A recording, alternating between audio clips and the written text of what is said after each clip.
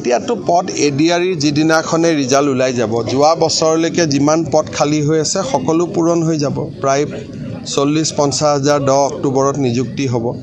আৰু তাৰ পিছতো যদি কিবা পোষ্ট খালী থাকে আকৌ নৱেম্বৰ ডিচেম্বৰত অহাবাৰৰ এডিআৰিৰ এডভাৰটাইজ ওলাব এতিয়া বস্তুটো ষ্ট্ৰীমলাইন হৈ গ'ল আৰু বছৰে বছৰে পোষ্ট ওলাই থাকিব আৰু ভৰ্তি হৈ থাকিব এতিয়াতো পদ এডিআৰিৰ যিদিনাখনে ৰিজাল্ট ওলাই যাব যোৱা বছৰলৈকে যিমান পদ খালী হৈ আছে সকলো পূৰণ হৈ যাব প্ৰায় 40-50 হাজাৰ 10 অক্টোবৰত নিযুক্তি হ'ব আৰু তাৰ পিছতো যদি কিবা পোষ্ট খালী থাকে আকৌ নৱেম্বৰ ডিচেম্বৰত অহাবাৰৰ এডিআৰিৰ এডভাৰটাইজ ওলাব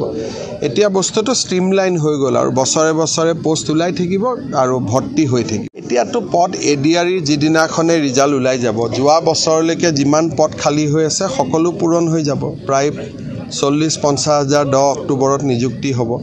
আৰু তাৰ পিছতো যদি কিবা পোষ্ট খালী থাকে আকৌ নৱেম্বৰ ডিচেম্বৰত অহাবাৰৰ এডিআৰিৰ এডভাৰটাইজ ওলাব এতিয়া বস্তুটো ষ্ট্ৰীমলাইন হৈ গ'ল আৰু বছৰে বছৰে পোষ্ট ওলাই থাকিব আৰু ভৰ্তি হৈ থাকিব